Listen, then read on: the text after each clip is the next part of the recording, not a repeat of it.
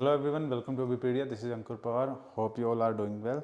So in this today's session, we are going to just discuss about some important emergency powers or the provision which already mentioned in our constitution. So हमारे जो राष्ट्रपति हैं देश के, उनके पास हमारी president के पास जो है कुछ emergency power होती है. अब सबसे पहले थोड़ा सा डिटेल में से जानने की कोशिश करते हैं. बेसिक आइडिया लेंगे, उसके बाद देन हम क्वेश्चंस की तरफ मूव करेंगे. तो सबसे पहले इंपॉर्टेंट चीज़ क्या कि देखिए इमरजेंसी पावर्स क्या है ना कि देश के अंदर किसी भी तरह पे अगर किसी भी तरह का कोई संकट आता है उस केस में ये आपकी इमरजेंसी पावर यूज़ की जाती है. और ये जो इमरजेंसी पावर है 3 पार्ट्स में डिवाइड है, या मतलब यूँ कहें कि 3 तरह से जो इमरजेंसी पावर का यूज़ किया जा सकता है, जिसमें आपकी एक नेशनल इमरजेंसी है, सेकंड आपका प्रेसिडेंट रूल है और तीसरा आपका फाइनेंशियल इमरजेंसी है. नेशनल इमरजेंसी की अगर बात करें तो नेशनल इमरजेंसी जैसे नाम से रिप्रेजेंट हो रहा है पूरे देश पे लगाई जा सकती हैं. एक बारी में पूरे देश जो है एक नेशनल इमरजेंसी के अंडर आ सकता है. प्रेसिडेंट रूल की अगर बात करें तो प्रेसिडेंट रूल स्पेसिफिकली आपके जो स्टेट्स हैं उनके ऊपर लगता है. ठीक है, प्रेसिडेंट रूल हम ऐसा नहीं कह सकते कि पूरे देश पे लग रहा है. यस, स्टेट्स के ऊपर प्रेसिडेंट रूल जो है वो लगाया जाता है. और फाइनेंशियल इमरजेंसी भी पूरे देश पे इंप्लीमेंट की जा सकती है, बट फाइनेंशियल इमरजेंसी आज तक कभी लगी नहीं है क्योंकि उसका जो लगाने का ग्राउंड है वो हम उस स्थिति में कभी आए नहीं हैं. ठीक है, तो ये 3 तरह की इमरजेंसी पावर है जो कि अलग अलग आर्टिकल्स के अंदर मेंशन है. और ये सभी जो इमरजेंसी पावर है ये राष्ट्रपति के पास है. द थिंग इज दी राष्ट्रपति इन इमरजेंसी पावर की एक्सरसाइज जो करता है, मतलब राष्ट्रपति इमरजेंसी लगाएगा कि नहीं लगाएगा, ये राष्ट्रपति डिसाइड करता है with the help of aid and advice of the prime minister और the council of the minister. मतलब राष्ट्रपति को प्रधानमंत्री या फिर काउंसिल ऑफ द मिनिस्टर हैं, जब वो एडवाइस करते हैं कि now this is the situation कि आप इमरजेंसी लगाएं, उस टाइम पे राष्ट्रपति जो है इमरजेंसी को जो है प्रोक्लेम करता है. ठीक है, तो मेरे ख्याल से आपको चीज़ समझ में आ गई होगी. हमारा हेड ऑफ द स्टेट जो है वो आपका राष्ट्रपति है, सबसे ऊंचे वाली पोस्ट पे जो बैठे हैं वो राष्ट्रपति हैं. ठीक है, बट राष्ट्रपति जो और उनके पास ही इमरजेंसी की पावर है लगाने की, बट ये राष्ट्रपति इमरजेंसी पावर को तभी लगा सकता है जब प्रधानमंत्री या फिर कैबिनेट जो काउंसिल ऑफ मिनिस्टर होते हैं, कैबिनेट मिनिस्टर्स होते हैं, वो जब राष्ट्रपति को एडवाइस करते हैं. ठीक है, तो ये हम आज के सेशन में पढ़ने वाले हैं इमरजेंसी पावर के बारे में. आगे बढ़ने से पहले सबसे इंपॉर्टेंट जो आपकी इन्फॉर्मेशन है वो ये, अगर आप एसएससी सीजीएल एग्जाम की प्रिपरेशन कर रहे हैं तो 4999 के अंदर आपके लिए कोर्स जो है वो अवेलेबल है. इस कोर्स के अंदर आपको काफ़ी सारी चीज़ें जो हैं वो अवेलेबल होंगी, जैसे कि यहाँ पर वीडियो लेक्चर्स जो हैं वो आपको देखने को मिलेंगे, पीडीएफ्स जो हैं लेक्चर्स की वो आपको प्रोवाइड की जाएगी, टेस्ट सीरीज़ आपको यहाँ पे दी जाएगी और करंट अफेयर्स जो है वो आपको देखने को मिलेंगे. तो ये सारी चीज़ें आपके एग्जाम के लिए काफ़ी ज़्यादा इंपॉर्टेंट है. आप इन कोर्सेज़ को परचेज कर सकते हैं. किस तरह से, अगर आप चाहें तो डिस्क्रिप्शन में हमारा लिंक जो है अवेलेबल है, आप डिस्क्रिप्शन में जाकर वहाँ पर क्लिक कर सकते हैं और डायरेक्टली कोर्स को परचेज कर सकते हैं. इसके अलावा उस लिंक के थ्रू या फिर आप हमारी वेबसाइट में भी विजिट कर सकते हैं. उस वेबसाइट में जब आप विजिट करेंगे तो वहाँ पे एसएससी जो एग्ज़ाम का सेक्शन है वो आपको अवेलेबल होगा. वहाँ पे आप इजीली जो है ये जो कोर्स है उसको परचेज कर सकते हैं. आगे अगर बात करें तो सबसे पहले फर्स्ट क्वेश्चन के बारे में बात करते हैं, जो कि कहता है under which article of the Indian constitution can the president declare national emergency. So there are several articles. आपको ये बताना है सिंपली कि कौन से आर्टिकल के अंदर जो इंडियन प्रेसिडेंट है वो इमरजेंसी डिक्लेयर कर सकता है. ऑप्शन ए आर्टिकल 352, 56, 70, 60.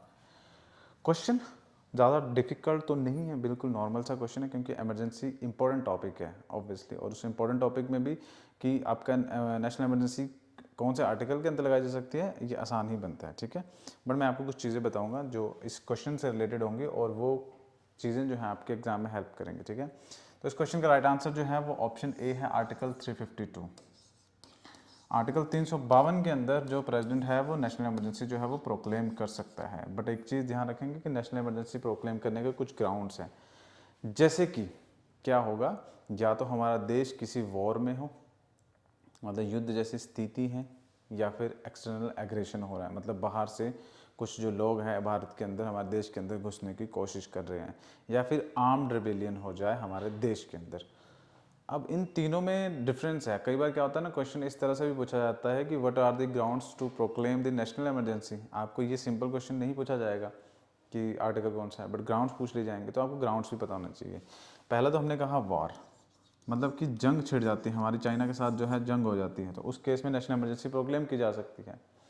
सेकंड है एक्सटर्नल एग्रेशन. एक्सटर्नल एग्रेशन का मतलब है कि बाहर से जो किसी भी तरह का एग्रेशन हो, हमारी कंट्री के बाहर से किसी तरह का एग्रेशन हो. जैसे कि हमने देखा था कि इंडिया और पाकिस्तान का जब युद्ध हुआ था उस टाइम पे पाकिस्तानी ट्रूप्स जो थी वो इंडिया के अंदर एंटर कर गई थी विद द गन्स और सारा कुछ सामान लेके, बट वो अपनी पाकिस्तान आर्मी की यूनिफॉर्म में नहीं थी। तो वो जो सिचुएशन, अब हम उसे क्या कहेंगे, वो आपका एज ए एक्सटर्नल एग्रेशन जो है वो काउंट किया जाएगा। उसके बाद है आपका आर्म्ड रेबेलियन, ठीक है।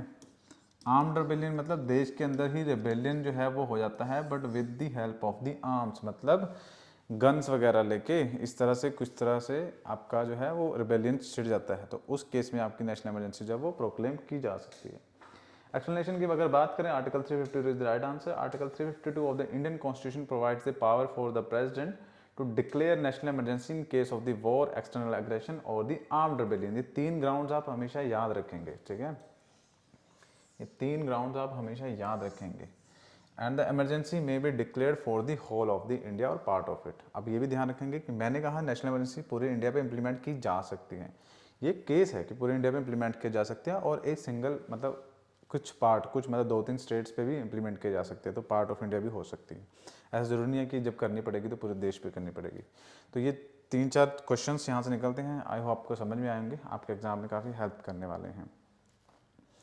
उसके बाद अगर बात करें, what is the maximum duration of for which national emergency can be remain in force under article 352 without renewal.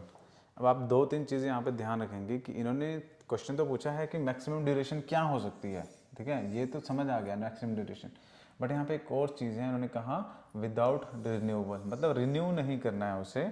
आपने एक बार लगाई तो वो जब लगाई तो उस टाइम पे कितने टाइम तक वो आपकी मैक्सिमम ड्यूरेशन रह सकती है। तो ऑप्शन हैं आपके 6 मंथ, 1 ईयर, 2 ईयर, इंडेफिनाइट।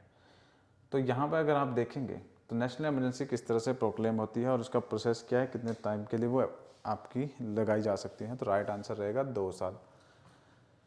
अब देखिए जो 2 साल वाला कंसेप्ट है, इसमें क्या कैच है कि अंडर आर्टिकल 352 नेशनल इमरजेंसी जो है वो आपकी can be remain for the maximum period of the 6 month. अब हम आपको ये भी बताएंगे कि 6 मंथ क्यों है यहाँ पर। However, it can be extended by further period of 6 months but not beyond of the 2 year unless it is approved by the parliament। देखिए अब 6 महीने वाला क्या लॉजिक है कि पार्लियामेंट के सेशंस होते हैं ना, winter session, summer session, monsoon session. तो जनरली क्या होता है कि 2 पार्लियामेंट के जो सेशन है, वैसे तो 3 सेशन हो गए, बट 2 जो पार्लियामेंट के सेशन हैं उनके बीच में जो मैक्सिमम टाइम पीरियड है, मतलब एक सेशन अभी बैठा है, विंटर सेशन चल रहा है, ठीक है, उसके बाद जो आपका समर सेशन चलेगा या फिर मॉनसून सेशन जो भी चलेगा आपका, उसके बीच में गैप भी तो होगा जब पार्लियामेंट सेशन भी नहीं होगा, मतलब उस टाइम पे एमपीज वहाँ नहीं आए। तो उन सेशंस के बीच में जो मैक्सिमम गैप होगा वो 6 महीने का ही हो सकता है, ठीक है। तो मान लीजिए ये इस तरह से जो है एग्जर्ट इम्प्लीमेंट करने की कोशिश की गई कि पार्लियामेंट के आखिरी सेशन जो है उस दिन के बाद, पार्लियामेंट का जो आखिरी सेशन चला उस दिन के आखिरी दिन के बाद जो है इमरजेंसी प्रोक्लेम की जाती है। और जब प्रोक्लेम की जाती है तो उस टाइम से लेके, क्यों प्रोक्लेम की गई, क्योंकि कुछ ऐसी सिचुएशन बनी कि प्रेसिडेंट जो राष्ट्रपति है उसको इमरजेंसी लगानी पड़ी, और उसके बाद वो कब तक एक्सटेंड करेगी, वो तब तक एक्सटेंड करेगी 6 महीने तक, मैक्सिमम 6 महीने तक। उससे पहले भी खत्म हो सकती है अगर पार्लियामेंट उसे अप्रूव नहीं करता है, बट मैक्सिमम एक टाइम पे वो आपकी 6 महीने तक रहेगी। तो अगर सवाल पूछा जाए कि विदाउट रिन्यूअल, तो आप कहेंगे कि मैक्सिमम आपकी 6 महीने तक रहेगी एक टाइम पीरियड में, बट उसे बार बार रिन्यू किया जा सकता है, ठीक है, बार बार रिन्यू किया जा सकता है, और उसके बाद फिर उसे 2 साल तक के लिए और आपका एक्सटेंड किया जा सकता है। अगर इसके बाद भी जो इमरजेंसी है उसे कॉन्टिन्यूस रखना पड़े तो उसके लिए पार्लियामेंट से फिर अप्रूवल जो है वो लेना पड़ेगा, ठीक है। तो यहाँ पे 2-3 चीज़ें आपको समझ में आ गई हैं। तो ये क्वेश्चन के अंदर 3-4 फैक्ट्स थे जो आपने जाने हैं। नेक्स्ट अगर बात करें, during a national emergency which of the following power is given to the president of India. तो यहाँ पर देखिए ऑप्शन है power to dissolve the Lok Sabha, power to amend the constitution, power to issue ordinances, power to dissolve the Rajya Sabha. 4 options आपको यहाँ पे देखने को मिलते हैं। तो इसमें जो राइट आंसर है वो आपका क्या है, ऑप्शन ए, दैट इज आपका power to dissolve the Lok Sabha. During national emergency which of the following power is given to the president of India. Sorry, इसका जो राइट आंसर होगा वो आपका सी होगा, ठीक है, यहाँ पे करेक्ट कर लीजिएगा। C is the right answer, that is the power to issue the ordinances. ये ऑर्डिनेंसेस क्या है, किस तरह से काम करते हैं। देखिए नेशनल इमरजेंसी या किसी भी तरह की जब आपकी इमरजेंसी ये प्रोक्लेम की गई है ये अंडर आर्टिकल 352, तो उस केस में क्या होता है कि पार्लियामेंट आपका सेशन में नहीं है, ठीक है, और नेशनल इमरजेंसी जब लगा दी तो पार्लियामेंट सेशन में तो नहीं होगा, क्योंकि ऑब्वियसली सिचुएशन ऐसी होगी नेशनल इमरजेंसी के टाइम पे, या तो वॉर होगी या फिर एक्सटर्नल आर्म्ड रिबेलियन हो, इंटरनल आर्म्ड रिबेलियन होगा या फिर एक्सटर्नल एग्रेशन होगा। तो कोई भी सिचुएशन आप मान के चलिए उस टाइम पे पार्लियामेंट वर्क नहीं कर रहा है। तो अब मान लीजिए कोई इंपॉर्टेंट लेजिस्लेशन की रिक्वायरमेंट है, मतलब कुछ ऐसा है जो पब्लिक ऑर्डर मेंटेन करने के लिए पब्लिक में वो बिल लाना बहुत ज़्यादा ज़रूरी है। तो नॉर्मली क्या होता है, जो बिल्स होते हैं वो पार्लियामेंट से ही पास होते हैं, राज्यसभा लोकसभा से, बट जिस टाइम पे पार्लियामेंट सेशन में है ही नहीं तो बिल कैसे पास होंगे, तो वो bill as a ordinance pass होंगे, ठीक है, bill as a ordinance pass होंगे। ये ऑर्डिनेंस सेम है जिस तरह से पार्लियामेंट से कोई बिल पास होकर एक्ट बनता है, सेम उसी तरह से ऑर्डिनेंस है, बट क्योंकि ये डायरेक्टली प्रेसिडेंट इशू कर रहा है दैट्स वाई इसे ऑर्डिनेंस कहा जाता है। अब देखिए during national emergency the president can issue an ordinance under article 123, ये आर्टिकल आप जरूर याद रखेंगे। ऑर्डिनेंस पावर कहाँ मिलती है, राष्ट्रपति को 123 के अंदर मिलती है। This allow the president to make laws without any approval from the parliament subject to the ratification letter, मतलब बाद में वो जो ऑर्डिनेंस है वो अप्रूव करवाया जाएगा, वो बात अलग है, बट यस एक बार के लिए जो है वो ऑर्डिनेंस इशू कर सकते हैं अंडर आर्टिकल 123, ठीक है। अब देखिए जो फार्म लॉज थे, 3 फार्म लॉज थे, जो 3 किसान कानून थे जिनको वापस लिया गया और गवर्नमेंट ने वो पहले इशू किए थे, तो वो एज अ ऑर्डिनेंस ही राष्ट्रपति ने इशू किए थे। अब क्योंकि पार्लियामेंट सेशन में नहीं था तो एज अ ऑर्डिनेंस इशू कर दिए गए, और बाद में जो सरकार थी बीजेपी गवर्नमेंट, उसके जो सहयोगी थे उनको वो ऑर्डिनेंस पसंद नहीं आए तो वो वापस लेने पड़े, ठीक है, तो ये रीज़न भी था। नेक्स्ट क्वेश्चन की बात करें, under which article of the Indian constitution can president declare financial emergency, तो फाइनेंशियल इमरजेंसी के आर्टिकल 352, 360, 356, 370, तो इसका जो राइट आंसर होगा वो ऑप्शन बी होगा। फाइनेंशियल इमरजेंसी आर्टिकल 360 के अंदर जो है इम्प्लीमेंट की जा सकती है। इसके अंदर होता क्या है कि जब प्रेसिडेंट जो है उसको लगे कि जो कंट्री है उसमें फाइनेंशियल स्टेबिलिटी नहीं है और क्रेडिट जो है ऑफ इंडिया और any part thereof is the threatened, कि मतलब क्रेडिट की स्टेबिलिटी नहीं है इकोनॉमी के अंदर और फाइनेंशियल तौर पे जो देश है उसको पैसा जो है उसकी रिक्वायरमेंट है या फिर उसको सोच समझ के खर्च करना है, तो उस केस में फाइनेंशियल इमरजेंसी लगाई जा सकती है। और जब भी फाइनेंशियल इमरजेंसी लगाई जाती है तो टोटली प्रेसिडेंट के पास पावर चली जाएगी किसी भी तरह से किसी भी गवर्नमेंट एम्प्लॉय को, इंक्लूडिंग द सुप्रीम कोर्ट जो चीफ जस्टिस ऑफ इंडिया है उनकी सैलरी भी जो है वो कम की जा सकती है, नहीं भी दें ऐसा भी हो सकता है, ठीक है। ये मैं एक्सट्रीम केस आपको बताया, क्योंकि इन एनी इसके अलावा अगर फाइनेंशियल इमरजेंसी के अलावा हम बात करें तो कोई भी केस ऐसा नहीं बनता जिसमें सुप्रीम कोर्ट का जो जज है उसकी सैलरी को जो कम किया जा सकता है या फिर नहीं दिया जाए, ऐसा भी हो सकता है, बट फाइनेंशियल इमरजेंसी में आपको ये देखने को मिलता है।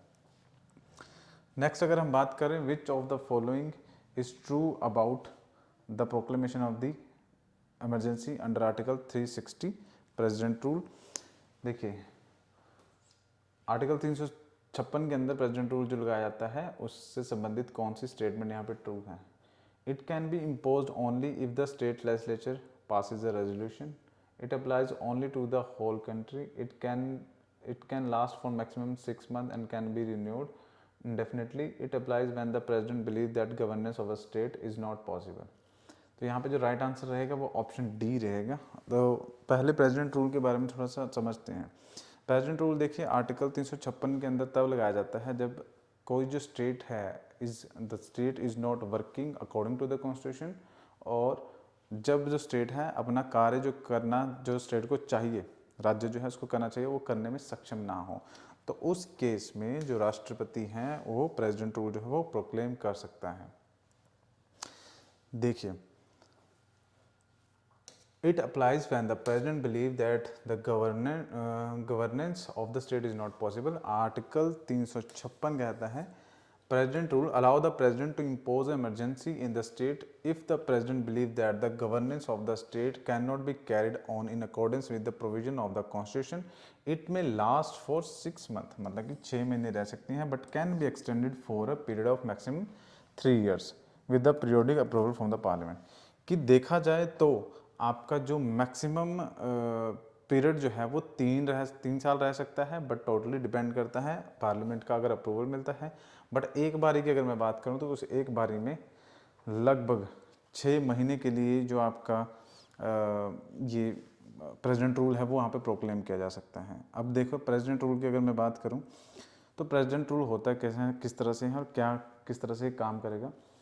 हमने एक केस सिनेरियो देखा था जिसमें हमारे देश के प्रधानमंत्री जो हैं वो पंजाब के अंदर उनकी विज़िट हुई थी और फॉर सम रीजंस जो है उनका जो काफ़िला था वो पंजाब के जो फ्लाईओवर था उसके बीच में जहाँ से वो गुजर रहे थे वहाँ पर रुका और काफ़ी वक्त के लिए मतलब लगभग 15-20 मिनट के लिए वो जो काफ़िला है वहाँ पे रुका रहा। तो ये काफ़ी बड़ा सिक्योरिटी का एक मुद्दा बना था और जिसकी वजह से पंजाब सरकार का काफ़ी ज़्यादा क्रिटिसिज्म भी हुआ था। अब पंजाब सरकार के रीजंस कुछ और थे, उन्होंने कुछ और बात बोली, उधर पीएमओ से कुछ और बात निकल के आई, बट यस ऐसे कयास लगाए जा रहे थे या फिर इस तरह से एक चीज़ जो है हमें इंडियन पॉलिटिक्स में या फिर न्यूज़ चैनल्स में देखने को मिली थी कि क्योंकि जो स्टेट है it failed to provide the proper security and arrangement to the prime minister of India. तो इस वजह से जो नरेंद्र मोदी हैं वो राष्ट्रपति को एडवाइस करेंगे और यहाँ पे प्रेसिडेंट रूल लगाया जा सकता है। अब देखिए ग्राउंड्स जो है या फिर गवर्नमेंट किस ग्राउंड पे लगाना चाहती है वो वैसे तो आर्टिकल्स जो हैं स्पेसिफिकली मेंशन्ड है, बट ठीक है अब ये लेकिन ये चीज़ कौन एक्सप्लेन करेगा कि the government is not working according to the constitution, ठीक है। तो ये चीज़ जो है वो सरकार के ऊपर डिपेंड करती है जो सेंटर में बैठी है। तो जब भी सरकार को लगे, ऐसा पहले बहुत ज़्यादा हुआ करता था, अब तो ये कम है, लेकिन बिफोर 1990s क्या होता था 1990 और उससे पहले का जो दौर है बहुत सारे स्टेट में प्रेसिडेंट रूल जो है वो लगा दिया जाता था और प्रेसिडेंट रूल लगाने का सिर्फ वजह इतनी सी होती थी क्योंकि वो जो स्टेट गवर्नमेंट है वो और जो सेंटर में सरकार बैठी है वो दोनों अलग अलग पार्टी से संबंधित हैं, बस इस वजह से प्रेसिडेंट रूल लगा दिया जाता था। तो पहले थोड़ा सा डेवलप धीरे धीरे नेशन हो रहा था, लेकिन अब इस तरह की चीज़ें हमें देखने को नहीं मिलती है। तो ये जो पावर मिलती है ना राष्ट्रपति को आर्टिकल 356 के अंदर मिलती है जहाँ पर वो जो आपका प्रेसिडेंट रूल है किसी भी स्टेट में लगाया जा सकता है। अब एक चीज़ याद रखिएगा कि प्रेसिडेंट रूल लगाने के लिए ज़रूरी नहीं है कि कोई पर्टिकुलर एक स्टेट हो, एक और एक से ज़्यादा स्टेट में भी प्रेसिडेंट रूल जो है आपको देखने को मिल सकता है साइमल्टेनियसली। मतलब अगर मैं आज की बात करूँ तो हो सकता है कि देश के 4-5 स्टेट्स में जो प्रेसिडेंट रूल है वो चले, ठीक है। उनकी प्रोक्लेमेशन ज़रूरी नहीं है कि एक साथ हुई हो, बट यस अलग अलग स्टेट में अलग अलग प्रेसिडेंट रूल जो है वो लगाया जा सकता है। तो आर्टिकल 356 जो है इस क्वेश्चन का राइट आंसर रहने वाला है। नेक्स्ट क्वेश्चन में बात करूँ विच of the following is not a power of the president during the proclamation of the national emergency. तो 4 ऑप्शन यहाँ पे नजर आते हैं कि राष्ट्रपति की कौन सी पावर नहीं है, मतलब नेशनल इमरजेंसी लगा रखी है राष्ट्रपति ने बट फिर भी उसके पास कौन सी पावर नहीं है इनमें से। तो suspension of the fundamental right, dissolution of the Lok Sabha, issue of the ordinance in reduction of the salaries of the government employees. तो देखिए यहाँ पर इसका जो राइट आंसर है वो ऑप्शन बी इसका राइट आंसर रहेगा कि डिसोल्यूशन ऑफ द लोकसभा नहीं हो सकता। ऑप्शन ए क्यों नहीं होगा फंडामेंटल राइट वाला, क्योंकि पार्लियामेंट प्रेसिडेंट जो राष्ट्रपति जब नेशनल इमरजेंसी लगाता है तो उसमें सबसे पहले तो अंडर आर्टिकल 19 जो आपकी 6 फ्रीडम्स होती हैं वो सबसे पहले छीन जाती हैं, उसके लिए कोई सेपरेट एग्जीक्यूटिव ऑर्डर इशू करने की भी ज़रूरत नहीं है। बट ये जो 6 फ्रीडम्स है आपकी अंडर आर्टिकल 19 ये तो अपने आप ही खत्म होगी, दैट मीन्स पहले वाला ऑप्शन तो गलत हो गया। उसके अलावा और भी अदर फंडामेंटल राइट्स जो है वो उनको खत्म किया जा सकता है एक सेपरेट ऑर्डर के थ्रू राष्ट्रपति के द्वारा। तो पहली स्टेटमेंट तो करेक्ट है कि नेशनल इमरजेंसी में फंडामेंटल राइट सस्पेंड हो सकती है। सी की अगर बात करें तो इश्यू ऑफ द ऑर्डिनेंसेस भी हो सकता है, हमने प्रीवियसली बात किया पार्लियामेंट सेशन में नहीं है तो उस केस में क्या होगा, या फिर इमरजेंसी लगी हुई है तो ऑर्डिनेंस इशू किया जा सकता है राष्ट्रपति से के द्वारा, क्योंकि सारी पावर जो है वो सारी राष्ट्रपति के पास चलेगी। अगर डी की बात करें reduction of the government employee salary, तो ऑब्वियसली ये भी आपका नेशनल इमरजेंसी के टाइम पे किया जा सकता है। तो ऑप्शन बी जो है इसका राइट आंसर रहेगा। During a national emergency the president has the power to suspend fundamental right under Article 358 and to issue ordinances. However, the President does not have the power to dissolve the Lok Sabha during an emergency. The Lok Sabha can be only dissolved under the normal circumstances. That means कि लोकसभा को अगर dissolve करना है तो वो normal circumstances में ही किया जा सकता है। जैसे कि मान लीजिए जो सत्ता में पावर में है पार्टी, उसके पास अपना जो संख्या बल है वो ना रहे, मेजोरिटी ना रहे, तो उस केस में जो लोकसभा डिसॉल्व हो जाएगी। या फिर जो ऑलरेडी सरकार है उसके खिलाफ नो कॉन्फिडेंस मोशन जो है वो पार्लियामेंट के अंदर पास हो जाए, तो उस केस में भी जो आपकी पार्टी होगी वो लोकसभा के अंदर वो आपकी डिसॉल्व होती हुई, मतलब मेन जो पार्टी होगी वो अपनी सत्ता से चली जाएगी, उसके बाद दूसरी पार्टियां सरकार बनाएंगी वो अलग चीज़ है। बट लोकसभा डिसॉल्व मतलब लोकसभा को ख़त्म कर देना। तो जब आपके 5 साल बाद इलेक्शन होते हैं वो आपको देखने को मिलेंगे, तब लोकसभा डिसॉल्व होती है। अगर बीच में सत्ता से सरकार जो है वो गिर गई तो वो लोकसभा डिसॉल्व हो जाएगी। तो वो अलग अलग नॉर्मल सर्कमस्टांसेस बनते हैं, अलग अलग क्राइटेरिया बनते हैं। बट यस नेशनल इमरजेंसी के दौरान राष्ट्रपति के पास किसी तरह की कोई पावर नहीं होती ऐसी कि वो लोकसभा को डिसॉल्व कर पाए। ऐसा ज़रूर है कि जब नेशनल इमरजेंसी लगेगी तो जो पावर है वो सारी राष्ट्रपति के पास चली जाएगी, लेकिन लोकसभा डिसॉल्व नहीं हो रही है। ओके, जब नेशनल इमरजेंसी खत्म होगी अगेन लोकसभा की फॉर्मेशन हो जाएगी, तो उसे हम डिसॉल्व नहीं कहेंगे। ठीक है, तो ये चीज़ हमें यहाँ पे देखने को मिल रही है। तो इस क्वेश्चन का राइट आंसर ऑप्शन बी है, डिसोल्यूशन ऑफ द लोकसभा। ये पावर राष्ट्रपति के पास देखने को नहीं मिलती। तो ये कुछ इंपॉर्टेंट क्वेश्चंस थे जो कि आपके इमरजेंसी जो पावर्स हैं राष्ट्रपति की वहाँ से देखने को मिलती हैं। राष्ट्रपति के पास इमरजेंसी की पावर्स के अलावा administrative power, executive powers, military power, कई तरह की पावर है, फाइनेंशियल पावर्स हैं। बट हमने जो आज बात की वो हमने इमरजेंसी पावर्स के बारे में बात की है। ठीक है, आगे हम और भी जो है वीडियोज़ में चर्चा करेंगे राष्ट्रपति की डिफरेंट पावर्स के बारे में। आज के सेशन में फ़िलहाल इतना ही है। आगे अगर हम बात करें, अगर आप हमारा जो कोर्स है उसे परचेज़ करना चाहते हैं तो आप हमारी वेबसाइट विजिट कर सकते हैं, जो कि abhipedia.abhimanyu.com के नाम से है। यहाँ पे टॉप में आपको चूज़ एग्ज़ाम का ऑप्शन मिलेगा, आप यहाँ पे क्लिक करेंगे तो उसके बाद बहुत सारे जो सेक्शंस हैं यहाँ पे ओपन हो जाएंगे। यहाँ पर आपका स्टाफ सिलेक्शन कमीशन का सेक्शन है, जहाँ पर आप SSC CGL एग्ज़ाम पर अगर क्लिक करेंगे तो जो नेक्स्ट पेज ओपन होगा वहाँ पर आपको जो हमारे कोर्सेज़ हैं वो देखने को मिल जाएंगे, जिसमें आपका ऑल इंक्लूसिव सब्सक्रिप्शन भी है, वीडियो कोर्स भी है, टेस्ट कोर्स भी है, अभिपीडिया माइक्रो कोर्स भी आपको यहाँ पे नज़र आते हैं। तो इसमें अगर आप चाहें तो ऑल इंक्लूसिव सब्सक्रिप्शन भी बाय कर सकते हैं। ठीक है, और अगर आप चाहें तो स्मॉल कोर्सेज जो माइक्रो कोर्सेज उन्हें बाय कर सकते हैं, जिसमें आपका हिस्ट्री 180 के अंदर है, स्पोर्ट्स 350 के अंदर है, जनरल साइंस 163 हो गया और पर्सन इन न्यूज़ 382 हो गया, geometry 73, memory 24, MS office, analogy, classification, filling the blanks. तो ये सारे जो कोर्सेज हैं आपको बहुत ही कम प्राइसेस में यहाँ पर अवेलेबल हो जाएंगे। तो आप सेपरेटली भी कोई भी टॉपिक जो है उसे परचेज कर सकते हैं। ठीक है, तो ये आपको एक अच्छा ऑप्शन यहाँ पे देखने को मिलेगा। आई होप आपको चीज़ें समझ में आई होगी।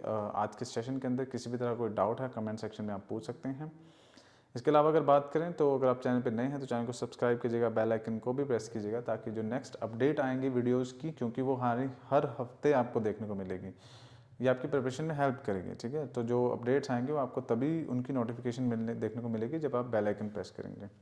तो आज के सेशन में फ़िलहाल इतना ही है, नेक्स्ट टाइम मिलेंगे कुछ और क्वेश्चंस के साथ, नेक्स्ट टॉपिक के साथ। तब तक के लिए धन्यवाद।